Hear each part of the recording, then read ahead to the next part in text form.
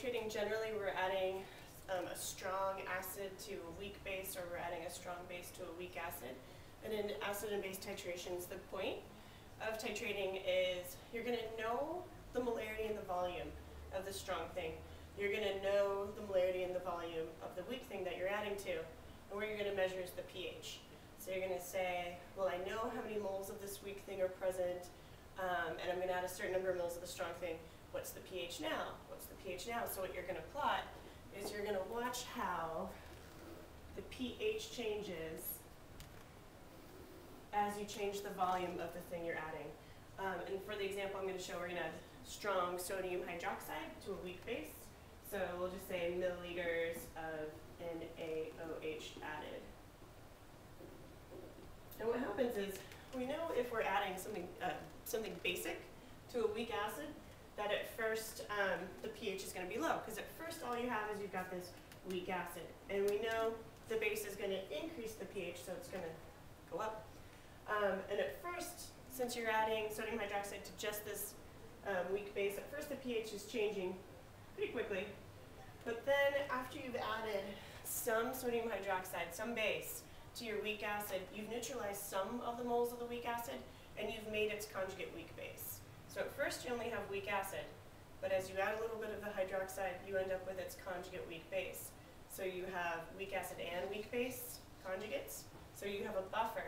So during the buffered period, you're going to have this really slow increase in pH. It's nearly flat until you've added enough hydroxide so that the hydroxide you've added, the moles of hydroxide, are equal to the moles of the weak acid.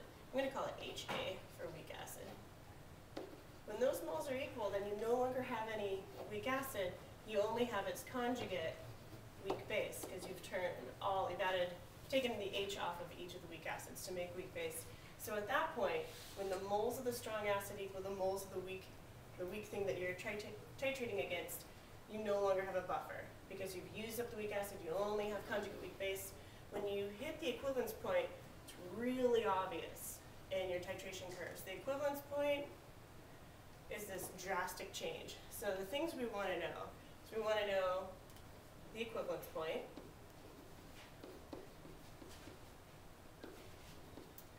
and the equivalence point is when your moles of strong equal your moles of weak. So the moles of strong base equal moles of weak acid, or moles of strong acid equal moles of weak base. That's the equivalence point. Halfway to the equivalence point, so if this happened at, for example, 40 milliliters of sodium hydroxide being added, halfway there would be 20 milliliters. Halfway there, we would have what's called the midpoint. The midpoint is another really good point to plot, partly because it just helps us create this curve. It's also a really easy point to find, because we know that we've got a buffer in this region, and if you're in the midpoint, you're halfway to having the moles of the strong equal the moles of the weak. So that would mean you have added, if I had 2 moles of weak acid, so let's say I've got this HA, and there's 2 moles of it, and I've added 1 mole of hydroxide, that would be when I'm at my midpoint.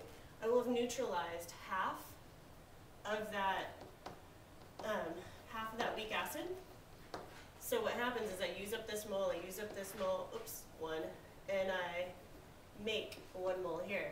So I end up with 1 mole of weak acid, 1 mole of its conjugate weak base. I've got a buffer, and I know that pH equals pKa at the buffer. So it's really easy to find, the pH, because pH equals pKa plus the log of the base over the acid. That's our Henderson-Hasselbalch equation. But if these are equal, then you've got a log of 1. Log of 1 is 0.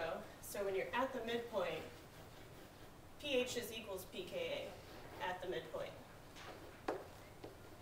So that's an easy point for us to find. This is another easy point for us to find. It's called the initial point. It is the pH before you've added any sodium hydroxide. So at that point, you just have this weak acid, you know its molarity, and we know that weak things don't react 100%, so it's got an equilibrium. You just use an ice table for those. So the 3 points you always need in your titration curves, you're always going to want to have the initial initial, so before you've added any base, the midpoint when you've neutralized half of your weak thing, and the equivalence point where your moles of strong thing equal your moles